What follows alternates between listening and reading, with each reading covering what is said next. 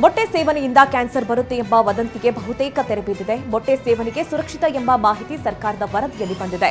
ಆಹಾರ ಸುರಕ್ಷತೆ ಮತ್ತು ಗುಣಮಟ್ಟ ಇಲಾಖೆಯು ಸುಮಾರು 60 ಆಯಾಮಗಳಲ್ಲಿ ಮೊಟ್ಟೆ ಪರೀಕ್ಷೆ ನಡೆಸಿದ್ದು, ಈಗ 4 ವರದಿಗಳು ಅಧಿಕಾರಿಗಳ ವರದಿ ಬಂದಿದ್ದು, ಮೊಟ್ಟೆ ಸೇವನೆಗೆ ಸುರಕ್ಷಿತ ಅಂತ ವರದಿಯಲ್ಲಿ ತಿಳಿಸಲಾಗಿದೆ. ಬೆಂಗಳೂರಿನ ಕೋಗಿಲು ಬಳಿ ಒತ್ತುವರಿ ತೆರವು ವಿಚಾರ ಈಗ ರಾಜಕೀಯ ತಿರುವು ಪಡೆದುಕೊಂಡಿದೆ. ಕೇರಳ ಸಿಎಂ ಪಿಣರಾಯಿ ವಿಜಯನ್ ಮಧ್ಯ ಪ್ರವೇಶಿಸಿದ್ದಾರೆ. ಫಕೀರ್ ಕಾಲೋನಿ ಮತ್ತು ವಸೀಂ ಲೇಔಟ್ ಬುಲ್ಡೋಸರ್ ಮಾಡಿ ಅಲ್ಲಿ ವರ್ಷಗಳಿಂದ ವಾಸಿಸ್ತಾ ಇದ್ದ ಮುಸ್ಲಿಂ ಕುಟುಂಬಗಳನ್ನ ಬೇರು ಸಹಿತ ಕಿತ್ತಾಕಲಾಗಿದೆ. ಸಂಘ ಪರಿವಾರದ ಅಲ್ಪಸಂಖ್ಯಾತ ವಿರೋಧಿ ರಾಜಕೀಯವನ್ನ ಈಗ ಕರ್ನಾಟಕದಲ್ಲಿ ಕಾಂಗ್ರೆಸ್ ಸರ್ಕಾರ ಕಾರ್ಯಗತಗೊಳಿಸ್ತಾ ಇದೆ ಅಂತ ಟ್ವೀಟ್ ಮಾಡಿದ್ದಾರೆ. ಬೆಂಗಳೂರಿನ ಸರ್ಕಾರಿ ಜಾಗ ಒತ್ತುವರಿ ತೆರವು ವಿಚಾರದಲ್ಲಿ ಮೂಗು ತೂರಿಸಿರುವ ಕೇರಳ ಸಿಎಂಗೆ ಡಿಸಿಎಂ ಡಿಕೆ ಶಿವಕುಮಾರ್ ತಿರುಗೇಟು ಕೊಟ್ಟಿದ್ದಾರೆ. ಈ ವಿಚಾರದಲ್ಲಿ ನೀವು ಭಾಗಿಯಾಗೋದು ಬೇಡ, ನಾವು ಬುಲ್ಡೋಜರ್ ಪದ್ಧತಿ ಬಳಕೆ ಮಾಡಿಲ್ಲ, ಸರ್ಕಾರಿ ಜಾಗವನ್ನು ಒತ್ತುವರಿ ಮಾಡಲು ಬಿಡಲ್ಲ, ಪಿಣರಾಯಿ ರಾಜಕೀಯ ಮಾಡುವುದು ಬೇಡ ಅಂತ ಟಕ್ಕರ್ ಕೊಟ್ಟರು. ಹೊಸ ವರ್ಷಾಚರಣೆಗೆ ಕೆಲವೇ ದಿನಗಳು ಮಾತ್ರ ಬಾಕಿ ಇದೆ. ಬೆಂಗಳೂರಿನ ಪೊಲೀಸರು ಕೂಡ ಅಲರ್ಟ್ ಆಗಿದ್ದಾರೆ. ಡಿಸೆಂಬರ್ 31ರ ಸಂಜೆ 7 ಗಂಟೆಗೆ ಬ್ರಿಗೇಡ್ ರಸ್ತೆ, ಚರ್ಚ್ ಸ್ಟ್ರೀಟ್ನಲ್ಲಿ ವಾಹನ ಸಂಚಾರ ಬಂದ್ ಮಾಡಲಾಗುತ್ತೆ. ಕಾವೇರಿ ಎಂಪೋರಿಯಂನಿಂದ ಎಂಟ್ರಿ, ಒಪೇರಾ ಕಡೆ ಎಕ್ಸಿಟ್ ಆಗಬಹುದು. ಡಿಸೆಂಬರ್ 31ರಂದು ತಳ್ಳೋಗಾಡಿ ಬುಟ್ಟಿಯಲ್ಲಿ ವ್ಯಾಪಾರ ಕೂಡ ಬಂದ್ ಮಾಡಲಾಗುತ್ತೆ. ಬೆಂಗಳೂರು ನಗರದಲ್ಲಿ ಹೊಸ ವರ್ಷಾಚರಣೆ ಹಿನ್ನೆಲೆಯಲ್ಲಿ ಮದ್ಯ ಮಾರಾಟಕ್ಕೂ ಸಮಯ ನಿಗದಿ ಮಾಡಲಾಗಿದೆ. ಡಿಸೆಂಬರ್ 30ರಂದು ಬೆಳಿಗ್ಗೆ 6 ಗಂಟೆಯಿಂದ ಮಧ್ಯರಾತ್ರಿ 1ರ ತನಕ CL5 ಲೈಸೆನ್ಸ್ ಮದ್ಯ ಮಾರಾಟಗಾರರು ಮದ್ಯ ಮಾರಾಟಕ್ಕೆ ಅವಕಾಶ ನೀಡಲಾಗಿದೆ. ಹೊಸ ವರ್ಷದಂದು 24 ಗಂಟೆ ಮದ್ಯ ಮಾರಾಟಕ್ಕೆ ಅವಕಾಶ ಇರೋದಿಲ್ಲ ಅಂತ ಹೇಳಿ ಪೊಲೀಸ್ ಆಯುಕ್ತ ಸೀಮಂತ್ ಕುಮಾರ್ ಸಿಂಗ್ ಆದೇಶ ಹೊರಡಿಸಿದ್ದಾರೆ. ಮಂತ್ರಾಲಯದ ರಾಯರ ಮಠಕ್ಕೂ ಭಾಷಾ ವಿವಾದದ ಬಿಸಿ ತಟ್ಟಿದೆ. ಮಠದ ಮುಖ್ಯದ್ವಾರದ ಬಳಿ ಇರುವ ರಾಘವೇಂದ್ರ ಶ್ರೀಗಳ ಶ್ಲೋಕ ಕನ್ನಡದಲ್ಲಿರೋದು ವಿವಾದಕ್ಕೆ ಕಾರಣವಾಗಿದೆ. ಶ್ಲೋಕ ಕನ್ನಡದಲ್ಲಿ ಇರೋದಕ್ಕೆ ತೆಲುಗು ಭಾಷಿಕರು ಆಕ್ಷೇಪ ವ್ಯಕ್ತಪಡಿಸಿದ್ದಾರೆ. ಮಂತ್ರಾಲಯ ಆಂಧ್ರಪ್ರದೇಶದ ಭಾಗ, ಅಲ್ಲಿ ತೆಲುಗು ಭಾಷೆಯನ್ನು ಸಂಪೂರ್ಣವಾಗಿ ಹೇಗೆ ಕೈಬಿಡಲಾಗುತ್ತೆ ಅಂತ ತೆಲುಗು ಭಾಷಿಕರು ಸಾಮಾಜಿಕ ಜಾಲತಾಣದಲ್ಲಿ ಪ್ರಶ್ನಿಸಿದ್ದಾರೆ. ಮಹಾರಾಷ್ಟ್ರದಲ್ಲಿ ಬೆಚ್ಚಿ ಬೀಳಿಸುವ ಘಟನೆ ನಡೆದಿದೆ. ದೆವ್ವ ಹಿಡಿದಿದೆ ಅಂತ ಬೇವಿನ ಕಟ್ಟಿಗೆಯಿಂದ ಹೊಡೆದು ಕಲಬುರಗಿ ಮೂಲದ ಮಹಿಳೆಯನ್ನ ಕೊಲೆ ಮಾಡಲಾಗಿದೆ ಅಂತ ಆರೋಪ ಮಾಡಲಾಗಿದೆ. ಮುಕ್ತಾಬಾಯಿ ಎಂಬ 38 ವರ್ಷದ ಮಹಿಳೆಯನ್ನ ಸಂಬಂಧಿಕರೇ ಹತ್ಯೆ ಮಾಡಿದ್ದಾರಂತೆ. ಬೆಂಗಳೂರಲ್ಲಿ ನವವಿವಾಹಿತೆ ಗಾನವಿ ಆತ್ಮಹತ್ಯೆ ಕೇಸ್ಗೆ ತಿರುವು ಸಿಕ್ಕಿದೆ. ಗಾನವಿ ಪತಿ ಸೂರಜ್ ಕೂಡ ಸೂಸೈಡ್ ಮಾಡಿಕೊಂಡಿದ್ದಾರೆ. ಮಹಾರಾಷ್ಟ್ರದ ನಾಗ್ಪುರದಲ್ಲಿ ಸೂರಜ್ ಆತ್ಮಹತ್ಯೆ ಮಾಡಿಕೊಂಡಿದ್ದಾರೆ. ಸೂರಜ್ ತಾಯಿ ಜಯಂತಿ ಆತ್ಮಹತ್ಯೆಗೆ ಯತ್ನಿಸಿದ್ದು ಆಸ್ಪತ್ರೆಯಲ್ಲಿ ಜೀವನ್ಮರಣ ಹೋರಾಟ ನಡೆಸ್ತಾ ಇದ್ದಾರೆ. ಸೂರಜ್ ಆತ್ಮಹತ್ಯೆಗೆ ಪತ್ನಿ ಸಂಬಂಧಿಕರ ಕಿರುಕುಳವೇ ಕಾರಣ ಅಂತ ಆರೋಪಿಸಲಾಗಿದೆ. ಬೆಂಗಳೂರಿನಲ್ಲಿ ನವವಿವಾಹಿತೆ ಆತ್ಮಹತ್ಯೆ ಬಳಿಕ ಪತಿಯೂ ಸೂಸೈಡ್ ಮಾಡಿಕೊಂಡಿದ್ದಾರೆ. ಈ ಸಂಬಂಧ ಗಾನವಿ ತಾಯಿ ರುಕ್ಮಿಣಿ ಪ್ರತಿಕ್ರಿಯಿಸಿದ್ದಾರೆ. ಅವರ ತಪ್ಪು ಅರಿವಾಗಿದೆ, ಹಾಗಾಗಿ ಅವರು ಆತ್ಮಹತ್ಯೆ ಮಾಡಿಕೊಂಡಿದ್ದಾರೆ. ಅವರು ಅಮ್ಮ ಮಾಡಿರುವಂತಹ ತಪ್ಪಿನಿಂದಾಗಿ ಮಕ್ಕಳಿಗೆ ಶಿಕ್ಷೆಯಾಗಿದೆ ಅಂತ ಹೇಳಿದ್ದಾರೆ. ಮಗಳ ಮೇಲೆ ಒಂದು ಕಪ್ಪು ಚುಕ್ಕೆ ಕೂಡ ಇರಲಿಲ್ಲ. ಆ ರೀತಿ ಇದ್ದಿದ್ರೆ ಪೊಲೀಸರಿಗೆ ಹೇಳಬಹುದಿತ್ತಲ್ಲ ಆಗ್ಲೇನೆ ಅಂತ ಟಿವಿ9ಗೆ ಹೇಳಿದ್ದಾರೆ.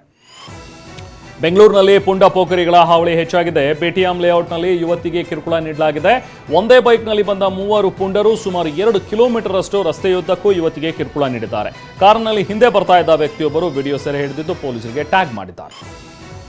ಬೆಳಗಾವಿ ನಗರದಲ್ಲಿ ಬೀದಿ ನಾಯಿಗಳು ಅಟ್ಟಹಾಸ ಮೆರೆದಿವೆ. ರಸ್ತೆಯಲ್ಲಿ ನಡೆದುಕೊಂಡು ಹೋಗ್ತಾ ಇದ್ದ ದಂಪತಿ ಮೇಲೆ ಮಕ್ಕಳ ಮೇಲೆ ದಾಳಿ ನಡೆಸಿವೆ. ಜೋಶಮಾಳದಲ್ಲಿ ಈ ಘಟನೆ ನಡೆದಿದ್ದು ಅದೃಷ್ಟವಶಾತ್ ದಂಪತಿ ಮತ್ತು ಮಕ್ಕಳು ಅಪಾಯದಿಂದ ಪಾರಾಗಿದ್ದಾರೆ. ಬೆಳಗಾವಿ ನಗರದಲ್ಲಿ ಶ್ವಾನಗಳ ಅಟ್ಟಹಾಸ ಜಾಸ್ತಿ ಆಗ್ತಾ ಇದ್ರು, ಕೆಲವರು ಮಾತ್ರ ತಲೆ ಕೆಡಿಸಿಕೊಳ್ತಾ ಇಲ್ಲ. ಜೋಶಿಮಾಳದಲ್ಲಿ ದಂಪತಿಯು ನಾಯಿಗಳಿಗೆ ಆಹಾರ ಹಾಕ್ತಾ ಇದ್ದಾರೆ.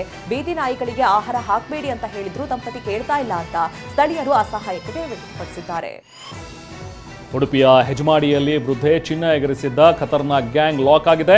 ಪುತ್ತೂರಿನಲ್ಲಿ ತಮಿಳುನಾಡು ಮೂಲದ 3ರನ್ನ ಬಂಧಿಸಲಾಗಿದೆ. ಸಿಸಿ ಕ್ಯಾಮೆರಾ ದೃಶ್ಯ ಆಧರಿಸಿ ಕಳ್ಳಿಯರನ್ನ ಬಂಧಿಸುವಲ್ಲಿ ಪೊಲೀಸರು ಯಶಸ್ವಿಯಾಗಿದ್ದಾರೆ. ಬೆಳಗಾವಿಯಲ್ಲಿ ಮರಾಠಿ ಭಾಷೆ ಬ್ಯಾನರ್ ಹರಿದು ಹಾಕಲಾಗಿದೆ. ಮಜಾಗಾಂವ್ ಗ್ರಾಮದಲ್ಲಿ ಎಂಇಎಸ್ ಮುಖಂಡ ರಮಾಕಾಂತ್ ಕೊಂಡಸ್ಕರ್ ಭಾವಚಿತ್ರವಿದ್ದ ಬ್ಯಾನರ್ ಅನ್ನ ಕರವೇ ಕಾರ್ಯಕರ್ತರು ಹರಿದು ಹಾಕಿದ್ದಾರೆ. ಕನ್ನಡ ಭಾಷೆಯ ಬ್ಯಾನರ್ ಹಾಕದಿದ್ದಕ್ಕೆ ಕರವೇ ಕಾರ್ಯಕರ್ತರು ಆಕ್ರೋಶ ಹೊರಹಾಕಿದ್ದಾರೆ. ಬೆಂಗಳೂರು ದಕ್ಷಿಣ ಜಿಲ್ಲೆಯ ಚನ್ನಪಟ್ಟಣದಲ್ಲಿ ಕಾಡಾನೆಗಳ ಹಾವಳಿ ಮುಂದುವರೆದಿದೆ. ಶಾನುಭೋಗರಹಳ್ಳಿ ಗ್ರಾಮದಲ್ಲಿ ದಾಂಧಲೆ ಮಾಡಿವೆ. ತೆಂಗು, ರಾಗಿ, ಭತ್ತದ ಬೆಳೆ ನಾಶ ಮಾಡಿವೆ. ಬಸವರಾಜು, ಶಿವಲಿಂಗಯ್ಯ, ದೇಸಯ್ಯ ಎಂಬುವವರಿಗೆ ಸೇರಿದ ಬೆಳೆಗಳು ಧ್ವಂಸವಾಗಿದೆ. ಚಿಕ್ಕಮಗಳೂರಿನ ಮಲೆನಾಡಲ್ಲಿ ಕಾಡಾನೆ ಉಪಟಳ ಮುಂದುವರೆದಿದೆ. ಬಾಳೆಹೊನ್ನೂರು ವಲಯ ಅರಣ್ಯ ವ್ಯಾಪ್ತಿಯ ಖಾಂಡ್ಯ ಸಮೀಪದ ಹುಯಿಗೆರೆ ಗ್ರಾಮದಲ್ಲಿ ಕಾಡಾನೆಗಳು ಗದ್ದೆ ನಾಶ ಮಾಡಿವೆ. ಕರಗಣೆ ಹರೀಶ್ ಎಂಬುವರಿಗೆ ಸೇರಿದ ಗದ್ದೆ ಸಂಪೂರ್ಣ ನಾಶವಾಗಿದೆ. ಬೇಸಿಗೆ ಮುನ್ನವೇ ಬಾಗಲಕೋಟೆಯಲ್ಲಿ ಕುಡಿಯುವ ನೀರಿಗೆ ಹಾಹಾಕಾರ ಶುರುವಾಗಿದೆ. ಕುಡಿಯುವ ನೀರು ಪೂರೈಸುವಂತೆ ಒತ್ತಾಯಿಸಿ ಜಮಖಂಡಿ ನಗರಸಭೆ ಮುಂದೆ ಆಜಾದ್ ನಗರ ನಿವಾಸಿಗಳು ಪ್ರತಿಭಟನೆ ನಡೆಸಿದರು. ರಾಯಚೂರಿನ ದೇವದುರ್ಗದಲ್ಲಿ ಸರಿಯಾದ ಸಮಯಕ್ಕೆ ಬಸ್ ಬಾರದ ಹಿನ್ನೆಲೆಯಲ್ಲಿ ವಿದ್ಯಾರ್ಥಿಗಳು ಪರದಾಡಿದರು. ರಾತ್ರಿವರೆಗೂ ಬಸ್ ನಿಲ್ದಾಣದಲ್ಲಿಯೇ ವಿದ್ಯಾರ್ಥಿಗಳು ಕುಳಿತಿದ್ರು. ಈ ಹಿನ್ನೆಲೆಯಲ್ಲಿ ಶಾಸಕಿ ಕರೆಮ್ಮ ನಾಯಕ್ ಡಿಪೋ ಮ್ಯಾನೇಜರ್ಗೆ ತರಾಟೆಗೆ ತೆಗೆದುಕೊಂಡರು. ಹಾವೇರಿ ಜಿಲ್ಲೆಯಲ್ಲಿ ಕಳ್ಳರ ಕಾಟ ಮಿತಿ ಮೀರಿದೆ. ಹೀಗಾಗಿ ಮಾರನಬೇಡ, ನರೇಗಲ್ಲ ಗ್ರಾಮ ಹಾಗೆ ತವರಮರಳಿಹಳ್ಳಿಯಲ್ಲಿ ಕಳ್ಳತನಕ್ಕೆ ಬ್ರೇಕ್ ಹಾಕಲು ಗ್ರಾಮಸ್ಥರೇ ರಾತ್ರಿ ಗಸ್ತು ತಿರುಗುತ್ತಿದ್ದಾರೆ. ನಿದ್ದೆಗೆಟ್ಟು ಮೈಕುರಿಯುವ ಚಳಿಯ ನಡುವೆಯೂ ದೊಣ್ಣೆ ಕೋಲು ಹಿಡಿದು ಮನೆ ಮನೆ ಕಾಯ್ತಾ ಇದ್ದಾರೆ. ಬೆಂಗಳೂರಿನಲ್ಲಿ ನಡೀತಾ ಇರುವಂತಹ ರೈತ ಸಂತೆಯಲ್ಲಿ ಡಿಸಿಎಂ ಡಿಕೆ ಶಿವಕುಮಾರ್ ಮಶ್ರೂಮ್, ಅವರೆಕಾಳು ಸ್ನಾಕ್ಸ್, ಸಸಿ ಖರೀದಿ ಮಾಡಿದ್ರು. ಈ ಸಂದರ್ಭದಲ್ಲಿ ಮಾತನಾಡಿದ ಅವರು, ನಾನೊಬ್ಬ ರೈತನ ಮಗ, ಕೋಳಿ ಸಾಕಾಣಿಕೆಗೆ ನಾನು ಇದೇ ವಿವಿಯಲ್ಲಿ ಟ್ರೈನಿಂಗ್ ತೆಗೆದುಕೊಂಡಿದ್ದೆ ಅಂತ ಹಳೆಯ ದಿನಗಳನ್ನ ಮೆಲುಕು ಹಾಕಿದರು. ದೆಹಲಿ ಹಾಗೂ ಎನ್ಸಿಆರ್ನಲ್ಲಿ ವಿಷಗಾಳಿ ವಾತಾವರಣ ಮುಂದುವರೆದಿದೆ. ನಗರದ ಬಹುತೇಕ ಪ್ರದೇಶಗಳಲ್ಲಿ ದಟ್ಟ ಮಂಜು ಹೊಗೆ ಆವರಿಸಿದ್ದು, ಒಟ್ಟಾರೆ ವಾಯು ಗುಣಮಟ್ಟ ಸೂಚ್ಯಂಕ 350 ಗಡಿ ದಾಟಿದೆ. ಇದರಿಂದ ವಾಯು ಮಾಲಿನ್ಯ ತೀರಾ ಕಳಪೆ ಮಟ್ಟಕ್ಕೆ ತಲುಪಿದೆ. ಹೊಸ ವರ್ಷಕ್ಕೂ ಮುನ್ನವೇ ದೆಹಲಿ ಪೊಲೀಸರು ಭರ್ಜರಿ ಕಾರ್ಯಾಚರಣೆ ನಡೆಸಿದ್ದಾರೆ. 285 ಜನರನ್ನ ಬಂಧಿಸಿ 21 ದೇಶಿ ನಿರ್ಮಿತ ಪಿಸ್ತೂಲ್, 20 ಜೀವಂತ ಕಾರ್ಟ್ರಿಡ್ಜ್, 27 ಚಾಕುಗಳು, ಕಳವು ಮಾಡಿದ್ದ 310 ಮೊಬೈಲ್ಗಳು, 231 ದ್ವಿಚಕ್ರ ವಾಹನಗಳು, 1 4 ವೀಲರ್ ವಾಹನ, ಅಕ್ರಮ ಮದ್ಯ ಜಪ್ತಿ ಮಾಡಿದ್ದಾರೆ. ಮಧ್ಯಪ್ರದೇಶ ಭೋಪಾಲ್ನಲ್ಲಿ ಅಗ್ನಿ ಅವಘಡ ಸಂಭವಿಸಿದೆ. ಪಟಾರಾ ಪ್ರದೇಶ ಬಳಿಯ ಟಿಂಬರ್ ಮಾರುಕಟ್ಟೆಯಲ್ಲಿ ಲಕ್ಷಾಂತರ ರೂಪಾಯಿ ಮೌಲ್ಯದ ಮರಗಳು ಸುಟ್ಟು ಕರಕಲಾಗಿದೆ. ಅದೃಷ್ಟವಶಾತ್ ಯಾವುದೇ ಪ್ರಾಣಾಪಾಯ ಸಂಭವಿಸಿಲ್ಲ. ಮಾರ್ಚ್ ಚಿತ್ರದ ಪೈರಸಿ ಬಗ್ಗೆ ನಟ ಸುದೀಪ್ ಮಾತನಾಡಿದ್ದಾರೆ. ಪೈರಸಿಗೆ ಕಡಿವಾಣ ಹಾಕಲು ಸರ್ಕಾರ ಮುಂದಾಗಬೇಕು ಅಂತ ಆಗ್ರಹಿಸಿದ್ದಾರೆ. ಪೈರಸಿ ಮಾಡುವವರ ವಿರುದ್ಧ ಸರ್ಕಾರ ಕಠಿಣ ಕ್ರಮ ಕೈಗೊಳ್ಳಬೇಕು ಎಂದಿರುವ ಅವರು, ಈವರೆಗೂ 9,000 ಲಿಂಕ್ಗಳನ್ನು ತೆಗೆದಿದ್ದೀವಿ ಅಂತ ಹೇಳಿದ್ದಾರೆ.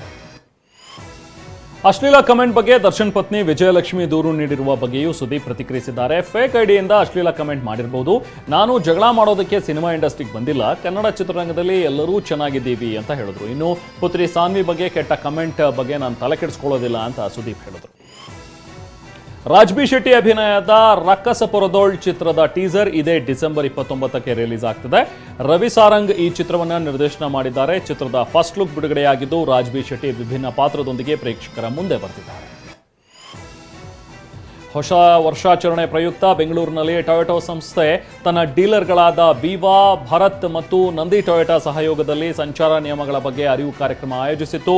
ರಾಜರಾಜೇಶ್ವರಿ ನಗರ, ಮೇಕ್ರಿ ಸರ್ಕಲ್ ಸಿಗ್ನಲ್ ಬಳಿ ವಾಹನ ಸವಾರರಿಗೆ ಟ್ರಾಫಿಕ್ ರೂಲ್ಸ್ ಬಗ್ಗೆ ಅರಿವು ಮೂಡಿಸಲಾಯಿತು. ಟೊಯೋಟಾ ಸಂಸ್ಥೆ ಜೊತೆಗೆ ಸ್ಥಳೀಯ ಪೊಲೀಸ್ ಅಧಿಕಾರಿಗಳು ಕೂಡ ಕೈಜೋಡಿಸಿದ್ರು. ಡ್ರಿಂಕ್ ಅಂಡ್ ಡ್ರೈವ್ ಮಾಡಬಾರದು, ISI ಮುದ್ರೆ, ಹೆಲ್ಮೆಟ್ ಧರಿಸಬೇಕು, ಸೀಟ್ ಬೆಲ್ಟ್ ಧರಿಸಲೇಬೇಕು, ಎಡಗಡೆಯಿಂದ ಓವರ್ಟೇಕ್ ಮಾಡಬಾರದು, ಟ್ರಾಫಿಕ್ ರೂಲ್ಸ್ ಫಾಲೋ ಮಾಡಬೇಕು ಅಂತ ವಾಹನ ಸವಾರರಲ್ಲಿ ಅರಿವು ಮೂಡಿಸಿದರು.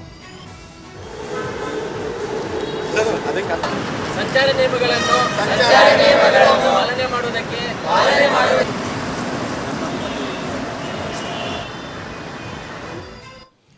ಆಸ್ಟ್ರೇಲಿಯಾ ಹಾಗೂ ಇಂಗ್ಲೆಂಡ್ ನಡುವಿನ 4ನೇ ಟೆಸ್ಟ್ ಪಂದ್ಯ ಕೇವಲ 2 ದಿನಗಳಲ್ಲಿ ಅಂತ್ಯವಾಗಿದೆ. ಮೆಲ್ಬರ್ನ್ನಲ್ಲಿ ನಡೆದ ಪಂದ್ಯದಲ್ಲಿ ಇಂಗ್ಲೆಂಡ್ ಗೆಲುವಿನ ನಗೆ ಬೀರಿದೆ. ಇದರೊಂದಿಗೆ ಆಸ್ಟ್ರೇಲಿಯಾದಲ್ಲಿ 15 ವರ್ಷಗಳ ಬಳಿಕ ಆಂಗ್ಲರು ಟೆಸ್ಟ್ ಪಂದ್ಯ ಗೆದ್ದು ಬೀಗಿದ್ದಾರೆ. 5 ಟೆಸ್ಟ್ಗಳ ಸರಣಿಯಲ್ಲಿ ಆತಿಥೇಯ ಆಸ್ಟ್ರೇಲಿಯಾ 3-1 ಮುನ್ನಡೆ ಕಾಯ್ದುಕೊಂಡಿದೆ.